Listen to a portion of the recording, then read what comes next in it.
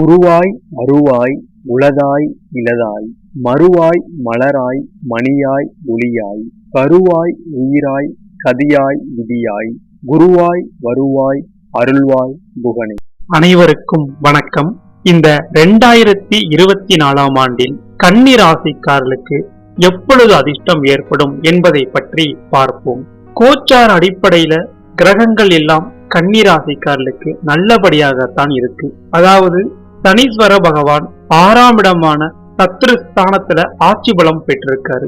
பொதுவாகவே பாவ கிரகமான சனீஸ்வர பகவான் 3, 6, 10, 11 இந்த மாதிரியான ஸ்தானங்கள்ல அமரும் பொழுது அற்புதமான நல்ல பலன்களை தான் வழங்குவாரு. சனி பகவான் கடுமையான உழைப்பை தரக்கூடிய கிரகம், சரியான முறையில தீர்ப்பை வழங்கக்கூடிய கிரகம். அப்படிப்பட்ட சனி பகவான் 6ஆம் இடத்துல இருக்கிறது ஒரு நல்ல விசேஷமான அமைப்பு. இந்த 2024 ஆண்டு முழுவதும் சனீஸ்வர பகவான் 6ஆம் இடத்துலதான் இருப்பாரு. இந்த சனி பகவானால் கன்னி ராசிக்காரர்களுக்கு ஆண்டு முழுவதும் நல்ல பலன்கள் தான் நடைபெறும். அதுக்கு அடுத்தபடியா பார்த்தா 7ஆம் இடமான கலஸ்திர ஸ்தானத்துல ராகு பகவான் அமர்ந்திருக்காரு. ராகு பகவான் அமர்ந்திருக்கக்கூடிய இடம் மீன ராசி என்பதால் இந்த ராகு பகவானால் உங்களுக்கு கெடு பலன்களும் நடக்க வாய்ப்பில்லை. ஏன்னா ராகு பகவான் மீனம், மிதுனம், தனுசு, கன்னி இந்த மாதிரியான ஸ்தானங்கள்ல அமரும் பொழுது ஒரு நல்ல பலன்களை தந்தே ஆக வேண்டும். இந்த ராகு பகவானால கண்டிப்பா கன்னி ராசிக்காரர்களுக்கு அதிர்ஷ்டமான பலன்கள் தான் நடைபெறும். அதுக்கு அடுத்தபடியா பார்த்தா 8ஆம் இடத்துல சுப கிரகமான குரு பகவான் அமர்ந்திருக்காரு.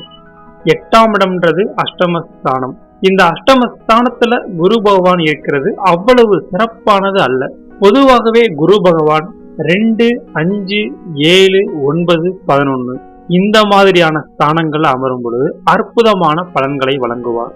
ஆனா இப்போ குரு பகவான் ஆண்டின் ஆரம்பத்துல அஷ்டமஸ்தானத்துல அமர்ந்திருக்காரு. ஒரு 4 மாத காலம் குரு பகவான் 8ஆம் இடத்துல இருப்பாரு.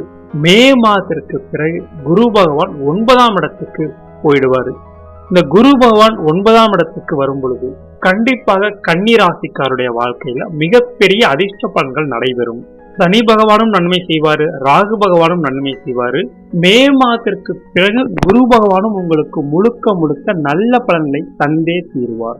மே மாதத்துல இருந்து கன்னி ராசிக்காருடைய வாழ்க்கையில ஒரு நல்ல அதிர்ஷ்டமான பலன்கள் நடந்தே தீரும். அதிர்ஷ்டம்ன்றது எந்த ரூபத்துல வேண்டுமானாலும் எப்படி வேண்டுமானாலும் உங்களுடைய வாழ்க்கையில நடக்கலாம். அதாவது குருவினுடைய பெயர்ச்சிக்கு பிறகு இந்த 2024 ஆண்டுல கன்னி ராசிக்காரர்களுக்கு எல்லாமே நன்மையாகவே நடைபெறும். ஒரு விபரீத ராஜயோகம் கூட உங்களுடைய வாழ்க்கையில ஏற்படலாம். அதாவது அதிர்ஷ்டம் எப்படி செயல்படும், அதிர்ஷ்டம் எப்படி நம்மளை நோக்கி வரும்ட்டு ஒரு சின்ன கதையின் மூலம் பார்ப்போம். ஒரு கிராமத்துல ஒரு தம்பதியினர் வாழ்ந்துட்டு வராங்க. அந்த கணவன் மிகவும் சோம்பேறியானவன், எந்த வேலைக்குமே போக மாட்டாரு. மனைவி தான் ஏதாவது வேலைக்கு போயிட்டு கணவனை காப்பாத்திட்டு கணவனுக்கு சாப்பாடு போட்டுட்டு இருக்காங்க. இதே மாதிரியே வெகு நாட்கள் போயிட்டு இருக்கு. அக்கம் பக்கத்துல இருக்கிறவங்க எல்லாம் என்ன சொல்றாங்கன்னா, உன்னுடைய கணவர் வேலைக்கே போக மாட்டேங்கிறாரா, எப்ப பார்த்தாலும் வீட்டிலேயே இருக்காரே அப்படின்னு கேட்டிருக்காங்க. உடனே மனைவி என்ன சொல்றாங்கன்னா, என்னுடைய கணவன் அரசருடைய அரண்மனையில ரகசிய காவலரா இருக்காங்க, இரவு மட்டும்தான் அவருக்கு வேலை அப்படின்னு ஒரு பொய்ய சொல்றாங்க. உடனே அக்கம் பக்கத்துல இருக்கிறவங்களும் அதை முழுசா நம்பிடுறாங்க. இதே மாதிரியே நாட்கள் போயிட்டு இருக்கு. எப்பயும் போலவே ஒரு நாள் மனைவி வேலைக்கு போயிட்டு வரா. வந்த உடனே அடுப்புல சாப்பாடு வைக்கிறாங்க. சாப்பாடை வச்சுட்டு கணவன்கிட்ட சொல்றாங்க, இதே மாதிரி நான் வெளியே போய் கொஞ்சம் மல்லிகை ஜாமான்லாம் வாங்கிட்டு வரேன், சோறு மட்டும் கொஞ்சம் வடித்து வைங்க, அப்படியே விட்டுடாதீங்க, சோறு பொங்கிடும் அப்படின்ட்டு கணவன்கிட்ட சொல்லிட்டு மனைவி வெளியே கிளம்புறாங்க. இந்த கணவன் அதை அறகுறையா கேட்டுட்டு, சரி எப்பயும் போலவே நம்ம மனைவி திட்டுறா அப்படின்னு நினைச்சிட்டு நல்லா அசந்து தூங்கிடுறாரு. இந்த அம்மா வெளியில போய் ஜாமான் வாங்கிட்டு வந்து பார்த்தா சோறு ஃபுல்லாவே வெளியே பொங்கி வீணாயிடுது.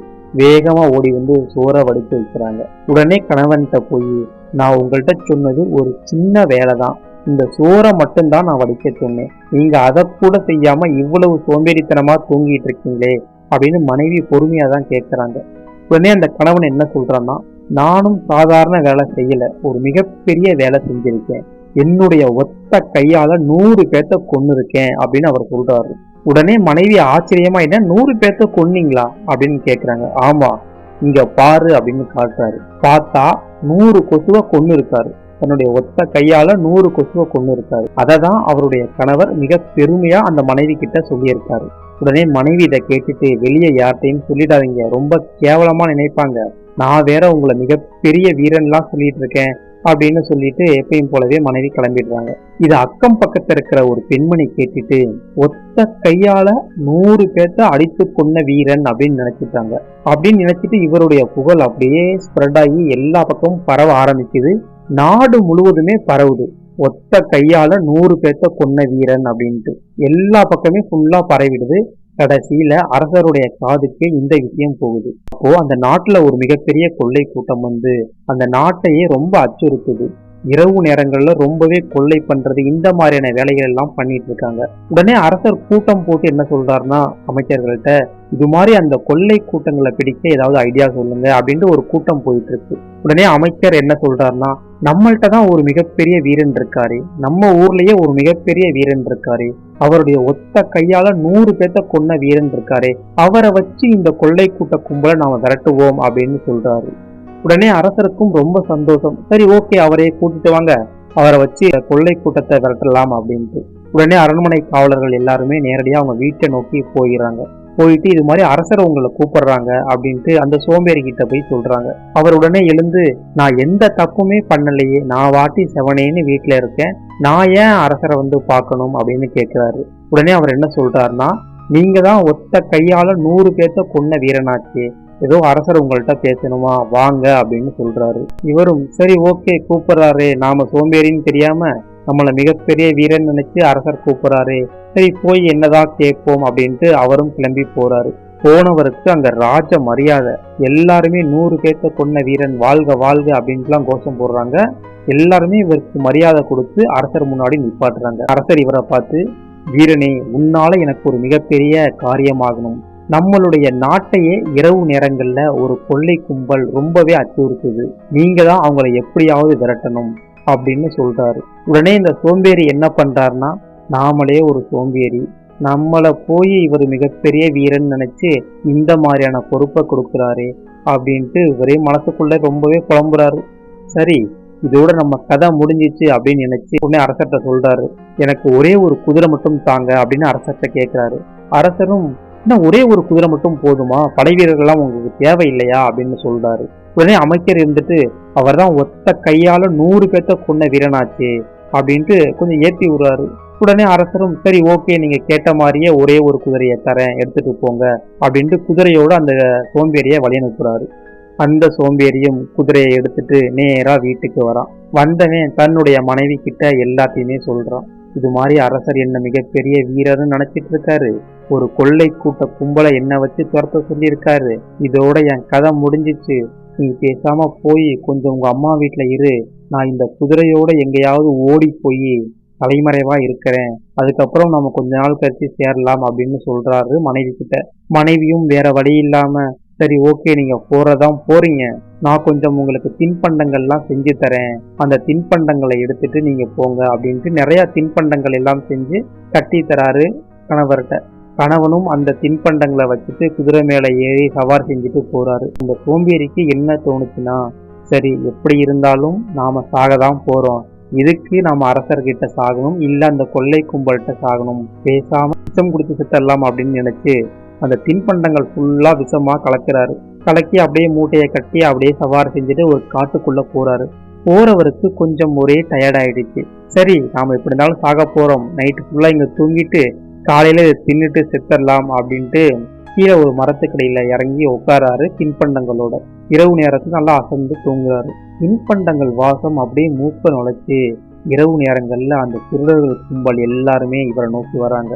வந்தவங்க பேசாம இவரை கொன்னுட்டு இது எல்லாத்தையுமே சாப்பிடலாம் அப்படின்னு நினைக்கிறாங்க. பார்த்தா இவர் நல்லா அசந்து தூங்கிட்டு இருக்காரு. உடனே அந்த திருடர்கள் கும்பல், சரி ஓகே, எதுக்கு இவரை நம்ம கொன்னுட்டு, நமக்கு தேவை தின்பண்டம் தான் அப்படின்னு நினைச்சு எல்லா தின்பண்டங்களையும் உட்கார்ந்து எல்லாருமே சாப்பிட்றாங்க. சாப்பிட்ட உடனே கொஞ்ச நேரத்துல எல்லாருமே செத்துடுறாங்க. இவர் கண் திறந்து பார்க்கும் பொழுது அந்த திருட்டு கும்பல் எல்லாருமே அப்படியே செத்து கிடக்குறாங்க. உடனே இவருக்கு ரொம்ப சந்தோஷம், ஏதோ ஒரு அதிர்ஷ்டம், நாம தின்னுட்டு சாக வேண்டியது கும்பல் எல்லாருமே தின்னுட்டு சுத்திட்டாங்க அப்படின்னு சந்தோஷமா குதிரையை எடுத்துட்டு போறாங்க. உடனே அரண்மனையில எல்லாருமே இவரை வரவேற்கிறாங்க. அரசருக்கு ரொம்ப சந்தோஷம், ஒத்த ஆளா போய் ஒரே இரவுல எல்லா திருடர்களையும் கொன்னுட்டாங்க, நீ உண்மையிலே ஒரு மிகப்பெரிய வீரன் தான் அப்படின்ட்டு அவருக்கு நல்லா பரிசுகள்லாம் கொடுத்து ராஜ மரியாதையோட வீட்டுக்கு அனுப்புறாங்க. உடனே அவரும் வீட்டுக்கு வந்து மனைவி கிட்ட நடந்த உண்மையெல்லாம் சொல்றாங்க. மனைவிக்கும் ஒரே சந்தோஷம். உடனே கணவர் என்ன சொல்றாருன்னா, ஏதோ எனக்கு அதிர்ஷ்டம் இருக்கு போல, அந்த கடவுள் என்னை காப்பாத்திட்டாரு, இது எவ்வளவு நாள் நீடிக்கும்னு தெரியல அப்படின்ட்டு எப்பயும் போலவே சோம்பேறித்தனமா வீட்டிலேயே இருந்துடுறாரு. நாட்கள் இப்படியே வாழ்க்கை போயிட்டு இருக்கு. அப்போ ஒரு சொல்லிக்காம அந்த நாட்டுல இன்னொரு நாட்டினுடைய அரசன் வந்து படையெடுக்க வரா, மிகப்பெரிய படையோடு. இப்ப இந்த நாட்டினுடைய அரசன் அந்த நாட்டினுடைய அரசனோடு போர் புரியணும். உடனே இந்த நாட்டு அரசனுக்கு என்ன செய்யறதுன்னு புரியல, ரொம்பவே தடுமாறுறாரு. தன்னுடைய அமைச்சரை கூப்பிட்டு, எப்படி இருந்தாலும் நம்ம தோக்கதான் போறோம், திடீர்னு சொல்லிக்காம படையெடுத்து வந்துட்டாங்க, நம்மளால இவங்களை சமாளிக்கிறது ரொம்ப கஷ்டம், ஏதாவது ஒரு வழி இருக்கா அப்படின்ட்டு கேட்டு அமைச்சர் என்ன சொல்றாருன்னா, நம்மள்கிட்ட தான் ஒத்த கையால 100 பேத்த கொன்ன வீரன் இருக்கானே, அவனை வச்சுக்கலாம் அப்படின்னு சொல்றாரு. உடனே அரசர், ஓ நல்ல ஐடியா, கூட்டிட்டு வாங்க அவரை அப்படின்னு அரசர் சொல்றாரு. உடனே இவர்களும் போய் இது மாதிரி அவரை போய் கூப்பிடுறாங்க, இது மாதிரி அரசர் உங்களை கூப்பிடுறாரு அப்படின்ட்டு. சரி, இவரும் நேரடியா அரசரை போய் பார்த்தாரு. பார்த்தா அரசர் என்ன சொல்றாருன்னா, இதே மாதிரி அடுத்த நாட்டினுடைய அரசன் சொல்லிக்காம நம்மளுடைய நாட்டின் மீது போர் தொடுக்க வந்துட்டாரு, நாம அவங்கள விரட்டணும், அதுக்கு உங்களுடைய உதவி தேவை, நீங்க வந்து போர் புரிங்க அப்படின்னு சொல்றாரு. உடனே சோம்பேறிக்கு என்ன பண்றதுன்னு தெரியல. போன டைம் எப்படியோ தப்பிச்சிட்டோம், இந்த டைம் நமக்கு சாவு கன்ஃபார்ம் தான், சரி எப்படி இருந்தாலும் நம்ம சாக தான் போறோம், அவ்வளவுதான், நம்மளுடைய அதிர்ஷ்டம் முடிஞ்சிருச்சு அப்படின்னு நினைச்சிட்டு வழக்கம் போல ஒரு குதிரையை கேட்கிறாங்க. குதிரையை கேட்டுட்டு அரசர் இருந்த சோம்பேறி என்ன சொல்றாருன்னா, என்னுடைய 2 கால்களையும் இருக்க குதிரையோடு சேர்த்து கட்டிடுங்க அப்படின்னு சொல்றாரு. சரி, எதுக்குன்னு எல்லாருமே முழிக்கிறாங்க. உடனே அமைச்சர் என்ன சொல்றாருன்னா, அரசரே இவர் ஏதோ மிகப்பெரிய தந்திரம் பண்ண போறாரு, அந்த திருடர்களை கொன்ன மாதிரி இவர் ஏதோ போர் யூஸ் பண்றாரு, அப்படிதான் இருக்கணும்னு உடனே அரசருக்கும் சந்தோஷம். சரி, அவர் சொன்னபடியே செஞ்சிருங்கன்னு சொல்றாரு. வீரர்களும் இவருடைய 2 கால்களை அந்த குதிரையோடு சேர்த்து கட்டுறாங்க.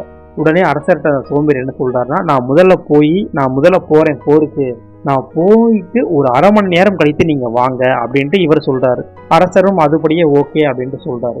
இவர் என்ன பண்றாருன்னா, 2 கால்களையும் கட்டிட்டு, எப்படி இருந்தாலும் நம்ம சாகதான் போறோம், கீழே விழுந்து செத்த அவமானம், பேசாம நம்ம அப்படியே செத்துடலாம் அப்படின்னு சொல்லிட்டு குதிரையோடு வேகமா போறாரு. குதிரையும் வேகமா ரொம்ப ஃபாஸ்டா போகும்போது என்னாச்சுன்னா, 2 மரங்கள் உழுவுற நிலைமையில இருக்கு.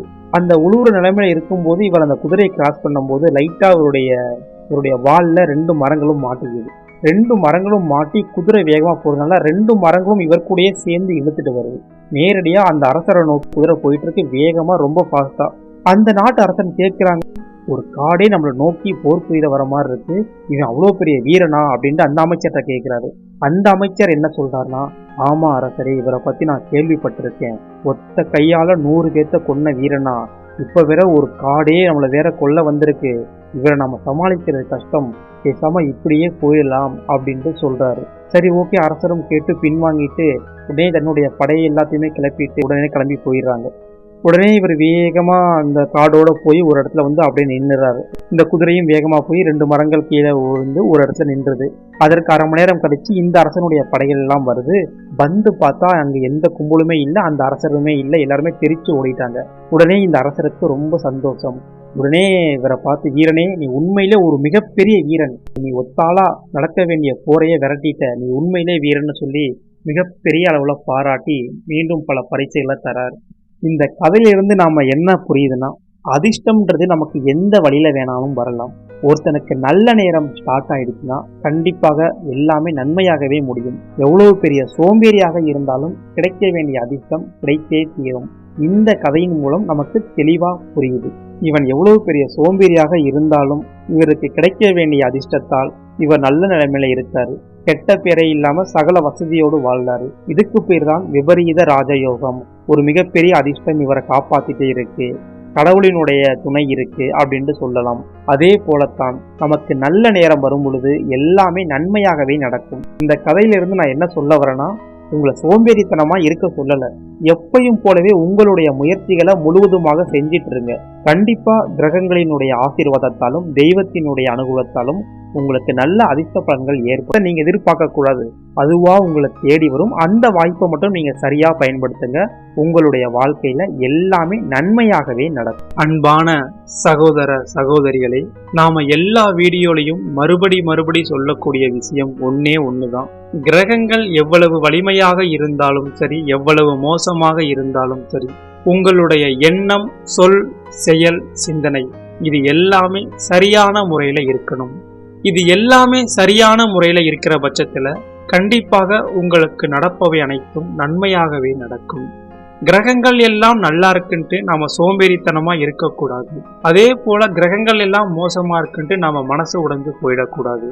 கிரகங்கள் எப்படி இருந்தாலும் சரி, நம்மளுடைய உழைப்பு கண்டிப்பாக இருந்தே ஆக வேண்டும். நல்ல எண்ணங்களோடு உயர்ந்த சிந்தனையோடு நாம முயற்சி பண்ணும் பொழுது அந்த தெய்வத்தினுடைய அனுகூலம் நம்மளுக்கு கிடைக்கும். இந்த பிரபஞ்சத்தினுடைய ஆற்றல் நமக்கு கிடைக்கும். அப்படி நாம செயல்படும் பொழுது ஒரு மிகப்பெரிய அதிர்ஷ்டமான வாய்ப்பு நம்மளை வந்து அடைந்தே தீரும். நீங்க அந்த அதிர்ஷ்டத்தை நோக்கி பயணிக்க தேவையில்லை, அந்த அதிர்ஷ்டமே உங்களை நோக்கி வரும். இந்த 2024ஆம் ஆண்டில் கன்னிராசிக்காருடைய வாழ்க்கையில் எல்லாமே நல்லபடியாகவே நடக்கும். மேலும் உங்களுடைய வாழ்க்கையில் சகல விதமான சந்தோஷங்களும் கிடைக்க எல்லாம் வல்ல இறைவனை பிரார்த்திக்கிறேன். நன்றி.